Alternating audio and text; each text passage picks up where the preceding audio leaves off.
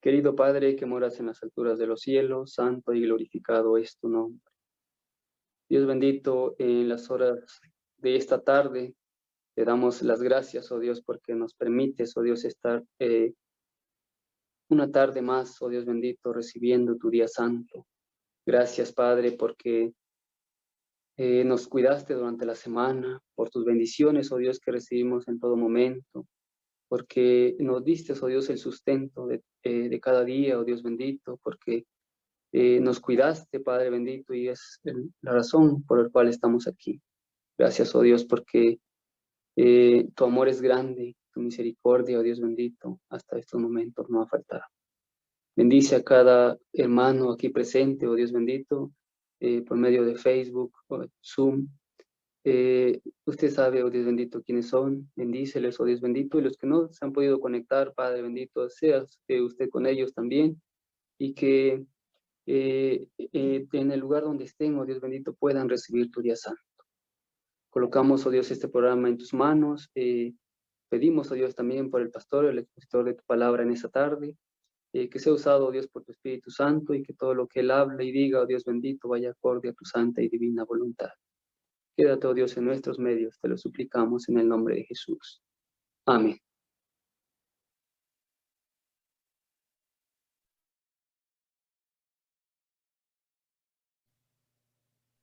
Bueno, pues gracias, hermanos.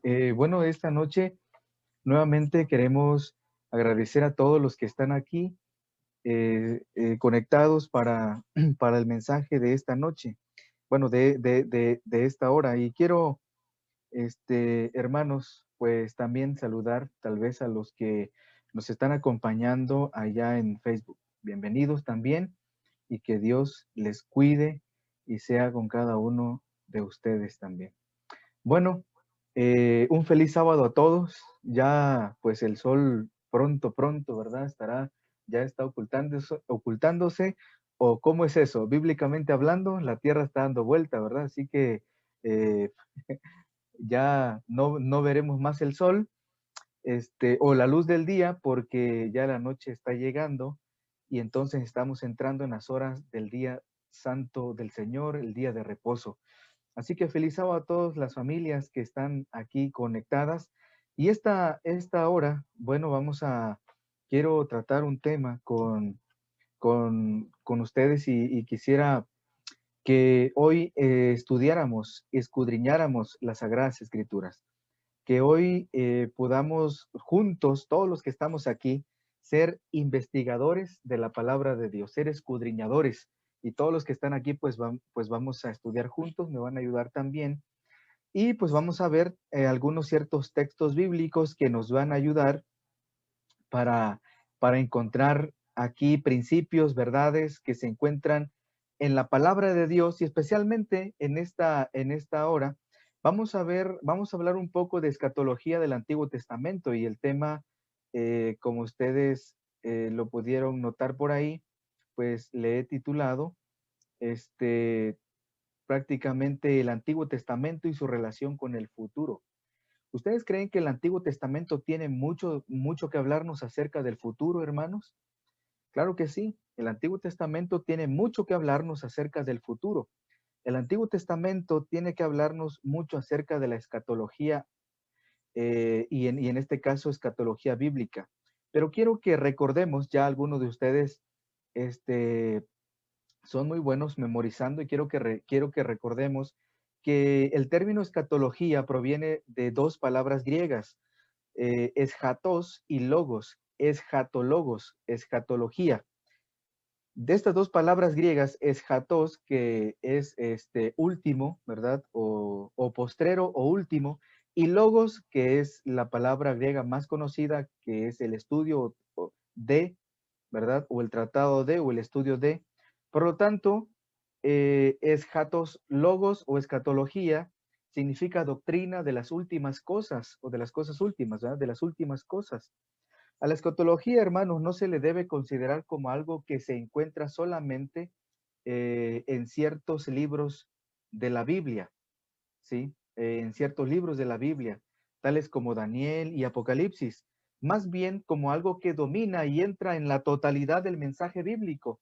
El carácter de de toda la proclamación cristiana. Pero con respecto a este punto, no cabe duda que hubo un escritor llamado Jürgen Moltmann, y él mencionó que desde el principio a fin, no solo en el epílogo, el cristianismo es escatología, es esperanza, mirando y moviéndose hacia adelante, y por ello también cambiando y transformando el presente. Entonces, lo escatológico no es solo un elemento del cristianismo, sino que es el centro de la misma fe cristiana, hermanos, ¿verdad? La clave en que se armoniza todo en ella. Por eso, la escatología no puede ser en realidad solo una parte de la doctrina cristiana. Por otra parte, debe ser el carácter de toda la proclamación cristiana, no solamente una parte, sino de toda la existencia cristiana y de la iglesia entera, que tiene una orientación escatológica. Porque, por ejemplo, nosotros hoy día tenemos una orientación escatológica porque predicamos de la segunda venida de Cristo, algo que todavía viene ¿en dónde? En el futuro, algo que todavía viene más adelante. Eso es escatología, algo que está por ocurrir, o algo que viene, que viene todavía, algo que está en el futuro, ¿sí? Pero es interesante cómo es que algunos escritores del Nuevo Testamento, por ejemplo, Juan, ¿no? El Evangelio de Juan, habla de la vida eterna.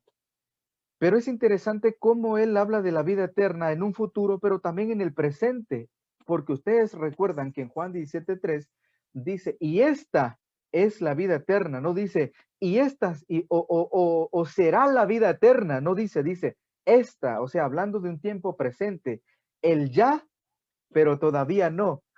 Esa es la tensión que se vive en el Nuevo Testamento, es decir, el ya, esta es la vida eterna, pero la vida eterna todavía viene, ¿sí o no? Todavía viene, así que es interesante estudiar un poco de escatología, pero veamos ahora algunos temas escatológicos que se encuentran en el Antiguo Testamento. Entonces, George Ladd, un teólogo, presenta prácticamente, uh, él dijo que la esperanza de Israel respecto al reino de Dios es una esperanza escatológica, y que la escatología es un corolario necesario del concepto de Dios que tenía Israel, ¿sí?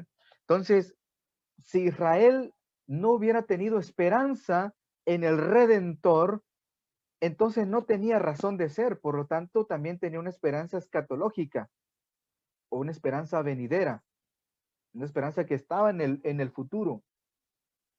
Hay otro escritor llamado Briesen, y él comenta que el verdadero corazón del Antiguo y el Nuevo Testamento es, por lo tanto, la perspectiva escatológica, ¿sí? Bueno, entonces comenzamos viendo algo muy interesante en Génesis 3:15, llamado el protoevangelio, o para algunos la promesa madre. Vamos al libro de Génesis, capítulo 3, versículo 15. ¿Qué encontramos aquí? Yo pregunto, hermanos, ¿encontramos escatología en Génesis 3:15? Ustedes díganme si en Génesis 3:15 se relaciona con algún evento del futuro, sí o no. Escríbanlo o abran su micrófono. Génesis 3:15 se relaciona con algún evento del futuro. Estamos hablando del Antiguo Testamento y su relación con el futuro. Génesis 3:15 dice, enemistad pondré entre ti y la mujer, y entre tu descendencia y el descendiente de ella. Tú le herirás en el talón, pero él te aplastará la cabeza. Esta promesa es conocido como el protoevangelio, o la simiente, o la promesa madre, ¿sí? Díganme ustedes, este versículo se relaciona con temas del Nuevo Testamento, ¿sí o no? Definitivamente, hermanos, se relaciona con temas del Antiguo Testamento. Aquí vemos escatología, que en Génesis está apuntando a un evento futuro. Eso es escatología. Está hablando de algo que viene. Y dice, pero tú le herirás el talón, pero él te aplastará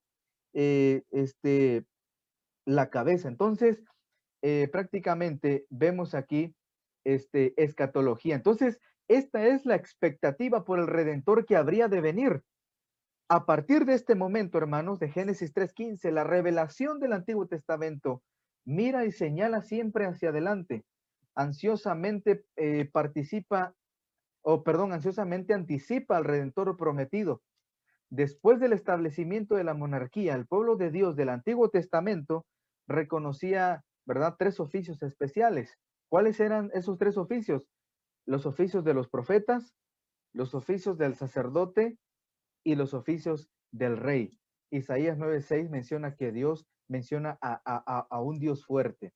Así que ya vimos la primera, la primera de la escatología, es decir, la primera perspectiva escatológica que se encuentra con respecto a Génesis 3:15, llamado la promesa madre. Veamos ahora la segunda perspectiva escatológica, y en el cual el Antiguo Testamento describe al Redentor por venir, ¿sí? Es como el hijo del hombre. Y esto lo encontramos particularmente en Daniel capítulo 7, versículo 13 al 14, ¿sí? Daniel capítulo 7, versículo 13 al 14. Vamos al libro de Daniel, por favor.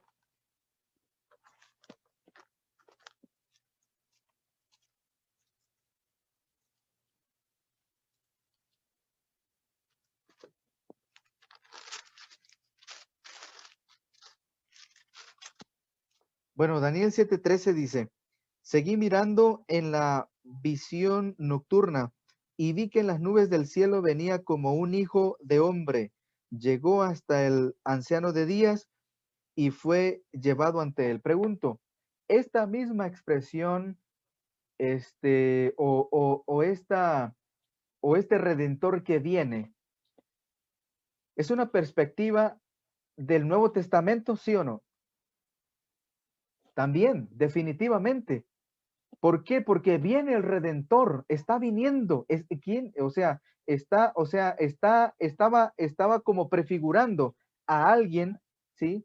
Del Nuevo Testamento, aunque prácticamente el libro de Daniel, capítulo 7, pues está hablando, ¿verdad?, acerca de un juicio futuro, ¿sí? De un juicio futuro. ¿Y cómo es que Daniel? Pues porque Daniel es un libro apocalíptico, ¿sí? No podemos compararlo con con profetas menores, sino prácticamente es un libro apocalíptico. Pero prácticamente encontramos también escatología, porque también está hablando de un evento futuro y un evento de juicio que está por venir, de un redentor, ¿sí? Hay un tercer concepto que encontramos, y es un concepto revelatorio en que se encarna la perspectiva escatológica del Antiguo Testamento. Y es que está hablando ahora del reino de días. El anterior habló del Hijo del Hombre y ahora este habla del reino de días. Daniel capítulo 7, versículo 14 ahora, y dice, y le fue dado dominio y gloria y reino, y todos los pueblos, naciones y lenguas le sirvieron. Su dominio es eterno, que nunca pasará, y su reino nunca será destruido. Entonces, prácticamente, hermanos, aquí está hablando en relación al reino de días, ¿sí? Algo que se estaba prefigurando también para el futuro, porque está hablando de un reino venidero, ¿no es cierto?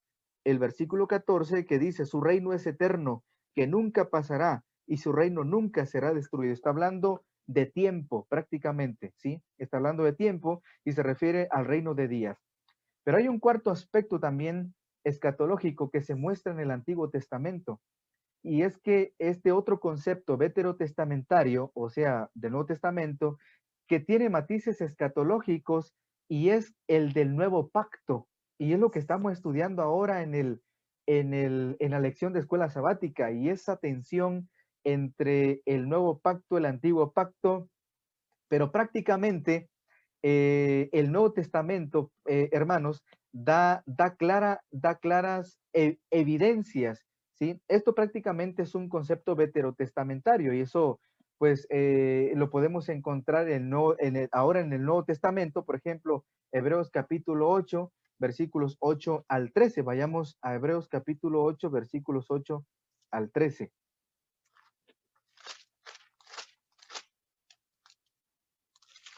Dice la palabra de Dios, pero Dios reprendiéndolos dijo, Vienen días, dice el Señor, en que haré con la casa de Israel y con la casa de Judá un nuevo pacto. Ahora pregunto, este texto del nuevo que está hablando aquí el apóstol Pablo en Hebreos, ¿en qué pasaje del Antiguo Testamento lo encontramos cuando habla de ese pacto?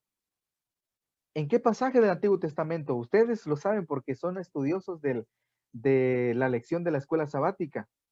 Lo encontramos en Jeremías 31:31. Vamos ahora, regresemos al libro de Jeremías. No pierdan el libro de Hebreos, por favor. Jeremías capítulo 31, versículo 31. También está hablando prácticamente de algo que viene. Y ahí dice, miren, versículo 31, vienen días, dice el Señor, en que haré un nuevo pacto con la casa de Jacob y de Judá. Noten ustedes algo interesante, que por ejemplo muchos evangélicos no se dan cuenta que el Antiguo Testamento, que la riqueza del Antiguo Testamento está hablando ya de un nuevo pacto, pero no nuevo en que realmente es nuevo, si ustedes saben, sino que es muy viejo ese pacto, ¿verdad?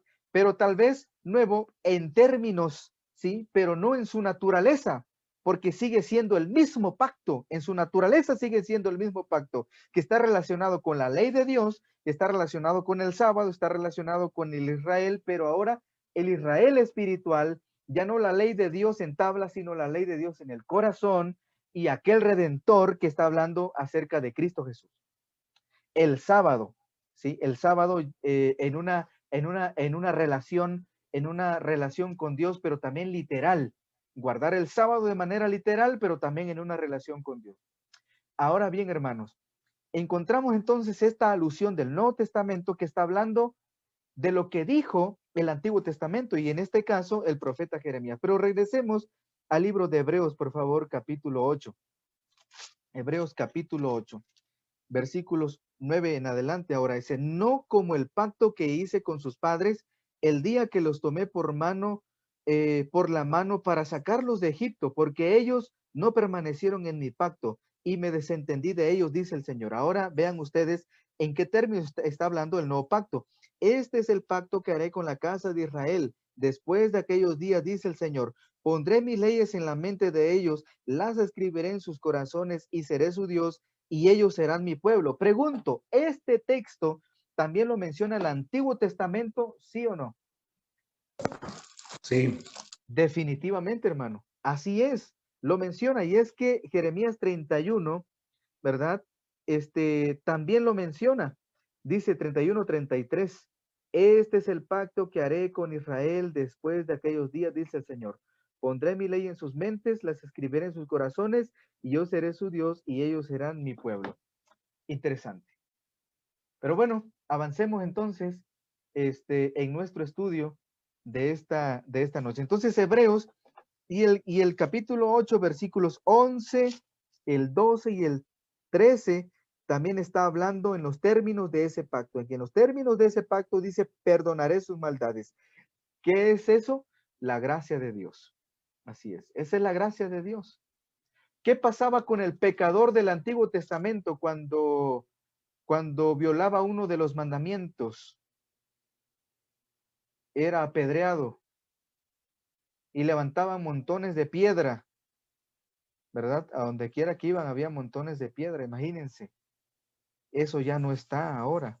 Ya no vemos montones de piedras afuera o dentro de la iglesia, sino imagínense, montonal de piedras habría dentro de la iglesia, o en nuestra casa, o en donde sea.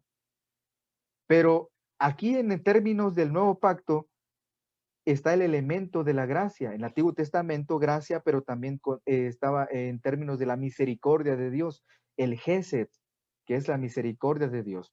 En el Nuevo Testamento es perdonaré sus maldades y no me acordaré más de sus pecados. ¿De qué está hablando? El término de la gracia de Dios.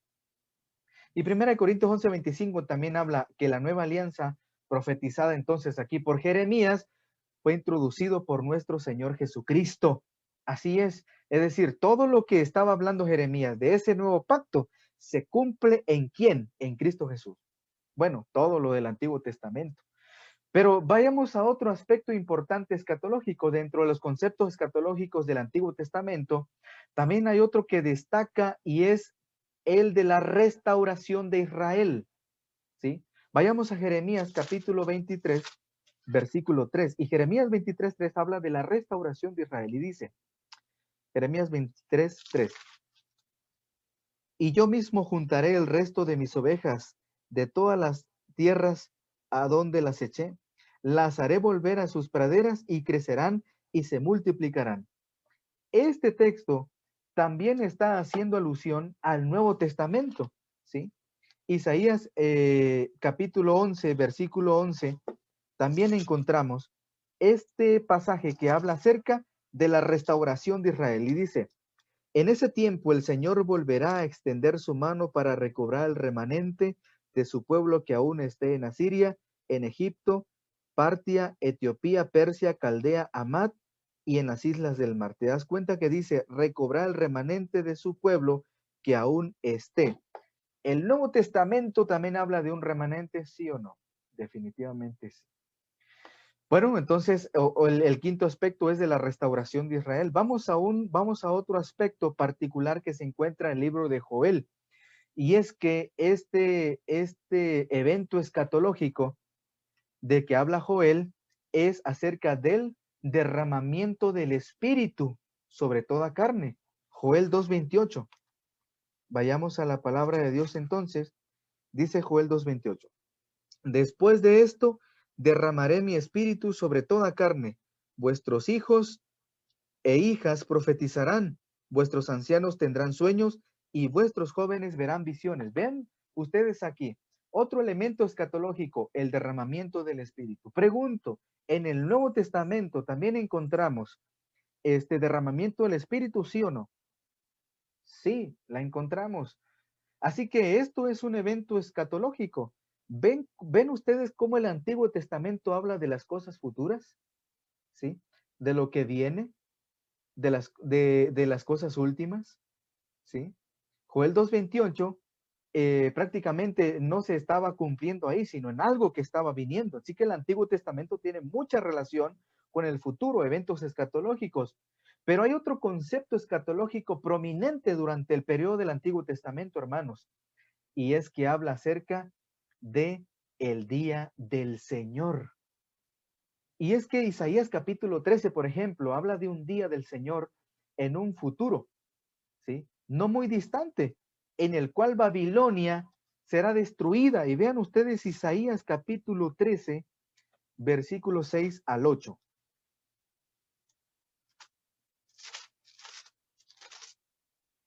Isaías 13 del 6 al 8. Dice, gemid porque se acerca, porque cerca está el día del Señor. Ahí está la frase, día del Señor. Vendrá como destrucción del Todopoderoso. Por tanto, toda mano se debilitará y desfallecerá todo corazón de hombre. Se llenarán de terror, angustias y dolores se apoderarán de ellos. Dolores como mujer de parto. Cada cual se asombrará al mirar a su compañero, sus rostros encendidos. ¿De qué está hablando aquí? Está hablando del día del Señor. Sí. Está hablando del día del Señor. ¿Y cuál es ese día del Señor, hermanos? Díganme ustedes. ¿Cuál es ese día del Señor? ¿La primera o la segunda venida de Cristo? Vamos a clarificar un poco más. Gracias, muy bien. Vamos a clarificar muy bien el versículo 17 y el versículo hasta el 22 de Isaías 13. Dice, yo despierto contra ellos a los medos, que no buscarán plata ni codiciarán oro. Con arcos derribarán a los jóvenes, no tendrán misericordia de los recién nacidos, ni se compadecerán de los niños. Babilonia, perla de los reinos, ornamento de la grandeza de los caldeos, será como cuando Dios destruyó a Sodoma y Gomorra. Nunca más será habitada, ni se morará en ella, de generación en generación. Ni hincará allí su tienda el árabe, ni pastores llevarán allí su rebaño, sino que dormirán las fieras del desierto y sus casas se llenarán de hurones. Allí habitarán avestruces y saltarán cabras salvajes. En sus palacios aullarán las hienas y en los chacales en sus casas de deleite. cerca está, dice ahí, escuchen, cerca está su tiempo, o sea, el día del Señor, y sus días no se prolongarán. Entonces, hermanos, aquí hay un futuro no muy distante, que es Babilonia, que sería destruida, ¿verdad? Es frecuente que los profetas del Antiguo Testamento usan el día del Señor, ¿verdad? Para designar el día de la última visitación escatológica, ¿sí? A veces el día del Señor significa juicio contra Israel, pero también está hablando de un evento postrero, de un evento en el cual Dios menciona que está hablando acerca de su segunda venida. Pero hay otro concepto escatológico, hermanos. Uno que tiene más aura, una aura más luminosa. Vayamos al libro de Isaías 65:17, a ver quién la descifra, porque parece ser que es el último evento escatológico. Isaías 65:17. Está muy fácil de descifrarla.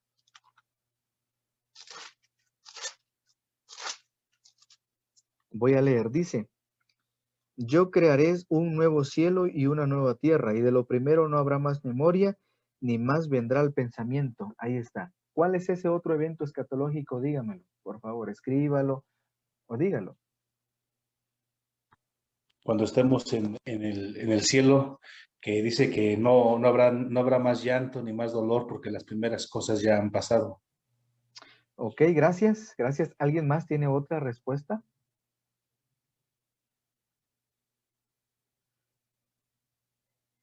La promesa de la vida eterna.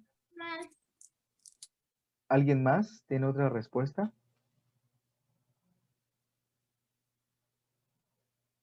Ahí ya no habrá más muerte. ¿No habrá más muerte? Gracias, gracias. Definitivamente ustedes han mencionado eventos que están relacionados con ello, pero hay algo interesante aquí, ¿sí? Voy a leer nuevamente. ¿Cuál es eso? ¿Cuál es ese evento escatológico? Yo crearé nuevos cielos y nueva tierra, y de lo primero no habrá más memoria, ni vendrá más al pensamiento. ¿Cuál es ese evento escatológico? La nueva Jerusalén. Gracias. ¿Alguien más tiene otra respuesta? Cuando dice, voy pues a preparar un lugar para vosotros, para que donde quiera que yo esté, vosotros también estéis. Cuando está hablando de que está preparando un nuevo hogar, o sea, su nueva venida. Ok, gracias. Sí, lo que ustedes han mencionado es prácticamente eventos futuros que vienen. Y este texto prácticamente está hablando de lo que ustedes han dicho.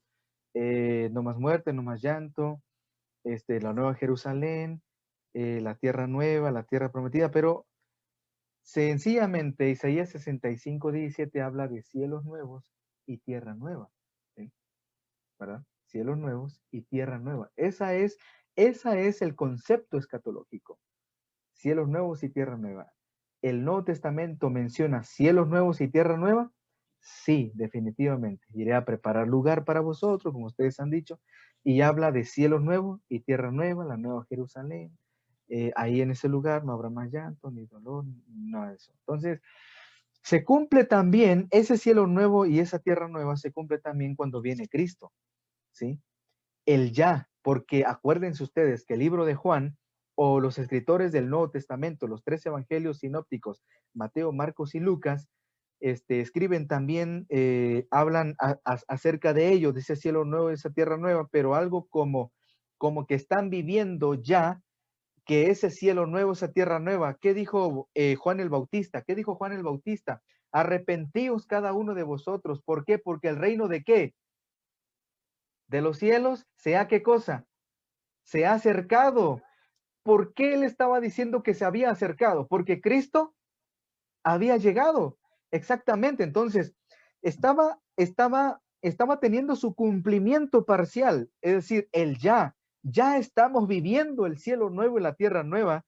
Los escritores del Nuevo Testamento decían, ya estamos viviendo, pero todavía no, todavía viene. Es decir, esa es la tensión entre el ya y el todavía no, ¿sí? Ya estamos viviendo en Cristo cielos nuevos y tierra nueva, pero todavía no, viene algo más todavía. Entonces, interesante, ¿verdad? Estudiar estos temas acerca del Antiguo Testamento y cómo presenta la escatología.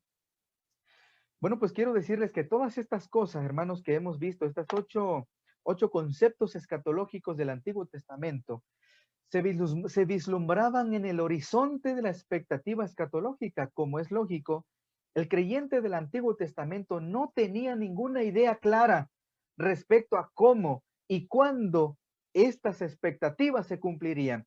Cuando Isaías decía cielo nuevo y tierra nueva, ¿cómo? ¿Cómo es eso de cielos nuevos y tierra nueva? El creyente del Antiguo Testamento se preguntaba, ¿cómo es eso? ¿Cómo es eso de juicio?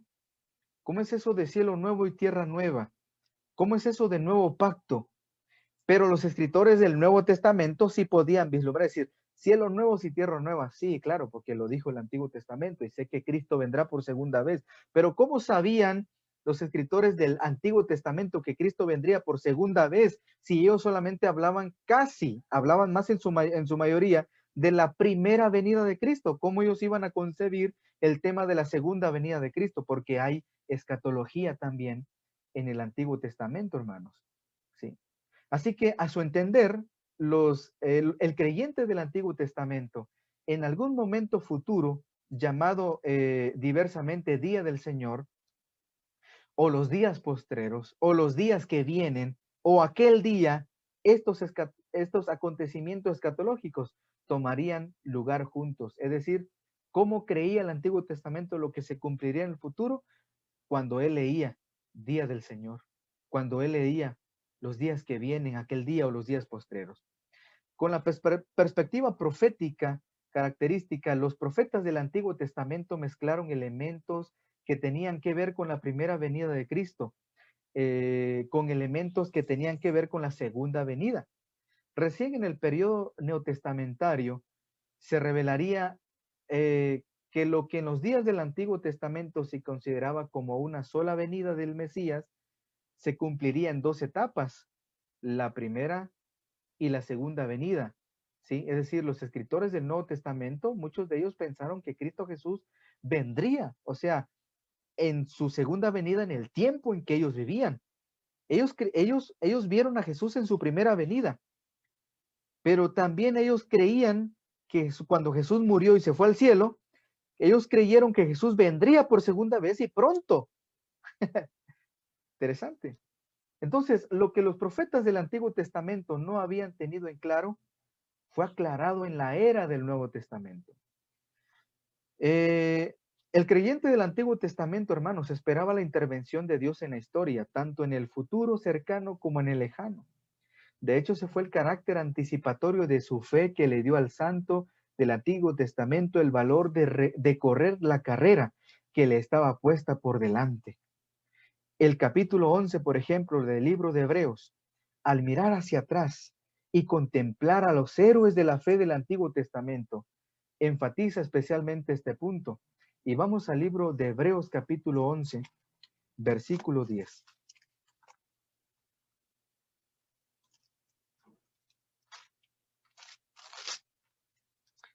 Dice, porque esperaba la ciudad con fundamentos cuyo arquitecto y constructor es Dios. ¿Quién esperaba? El creyente del Antiguo Testamento. ¿Qué esperaba el creyente del Antiguo Testamento? Esperaba la ciudad con fundamentos cuyo arquitecto y constructor es Dios. Y prácticamente dice que Abraham, ¿no? O sea, Abraham era el que esperaba esa ciudad. De los patriarcas juntos, se dice en el versículo 13, todos estos, ¿quiénes estos?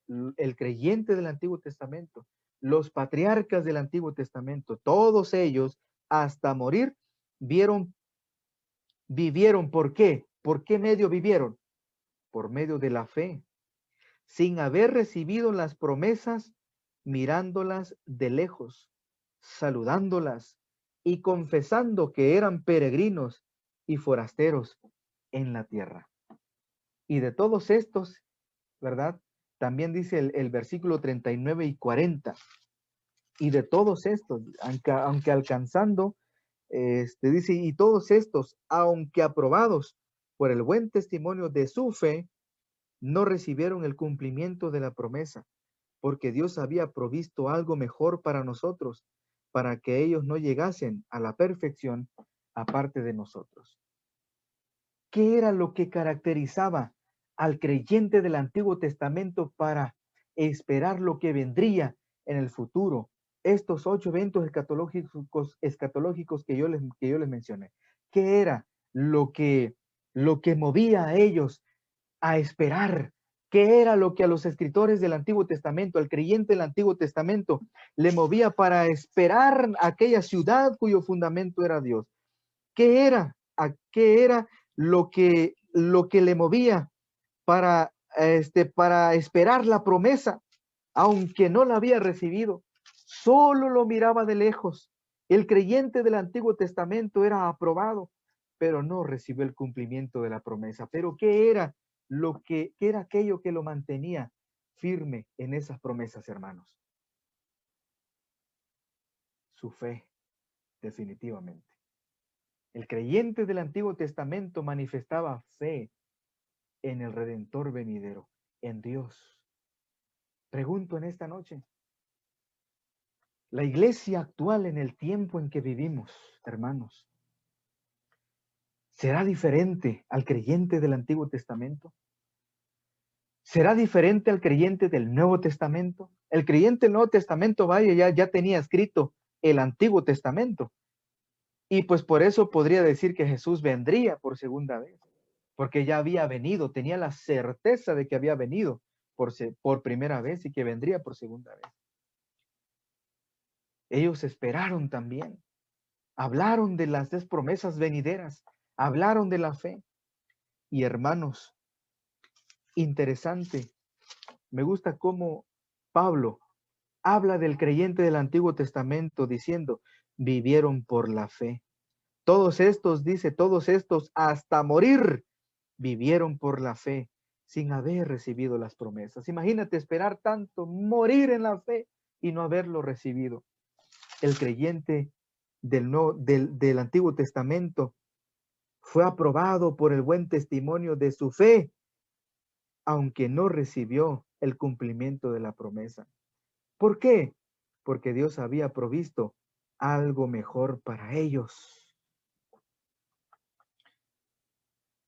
El creyente contemporáneo, tú y yo, que vivimos ahora en este tiempo finales, tiempos de las cosas últimas, tiempos en cual se están cumpliendo las profecías bíblicas. Tiempo de oportunidad, tiempo de gracia, tiempo de esperar la segunda venida de Cristo. Seremos diferentes, hermanos, al creyente del Antiguo Testamento. Ellos solamente los saludaron de lejos, no recibieron esa promesa. Los creyentes del Nuevo Testamento recibieron a Cristo, pero tú y yo podemos recibir a Cristo aquí y ahora, pero también en un evento futuro, en su segunda venida. ¿Qué es lo que debería mantener firme a la iglesia contemporánea en este tiempo? La fe. La fe en Cristo. Hoy en día, hermanos, la iglesia necesita vivir por fe también. Aunque no vea las cosas, aunque espere la segunda venida de Cristo, incluso muchos han ido a la tumba creyendo en la segunda venida de Cristo. Hermanos fieles en Cristo han ido al descanso creyendo en la promesa de la segunda venida de Cristo. Tú y yo, hermano y hermana, no debemos ser diferentes al creyente del Antiguo Testamento. Nosotros debemos vivir por fe también, como dice Habacuc, como dice Hebreos, mas el justo por su fe vivirá. En este último tiempo, hermanos, en que las cosas se están cumpliendo tal como lo dijo el Antiguo Testamento, tal como lo dijo el Nuevo Testamento. Hermanos, en este tiempo se están cumpliendo esas profecías. Las cosas escatológicas presentadas en el Antiguo y Nuevo Testamento, muchas se están cumpliendo en nuestros días y otras que vienen para cumplirse en la segunda venida de Cristo. El mayor cumplimiento de las profecías que pudieron haber encontrado el creyente del Nuevo Testamento se encontraba en Cristo Jesús. Y el mayor cumplimiento que el creyente contemporáneo, tú y yo, y aquellos que acepten a Cristo como su Salvador personal, el cumplimiento mayor será la segunda venida de Cristo Jesús. Amén. Así que, mis estimados hermanos, yo les animo a que sigamos adelante en el nombre de Cristo. Vivamos por fe. No seamos diferentes a los creyentes del Antiguo, del Nuevo Testamento, los creyentes de la era cristiana. Hermanos, estamos en el último tiempo de la historia de este mundo. El tiempo se está terminando y no será más, dice la profecía. Cristo Jesús viene pronto en las nubes de los cielos. Y mi deseo de esta noche es que tú y yo, hermano, hermana, no nos desanimemos. Sigamos adelante y vivamos por fe, creyendo en que Cristo viene pronto. Que Dios te bendiga. Si es tu deseo prepararte para esa segunda venida, para el evento escatológico más grande de todos los tiempos, la segunda venida de Cristo, escribe amén. Amén. Si quieres también, al igual que yo, prepararte para la segunda venida de Cristo. Que Dios te bendiga en esta noche.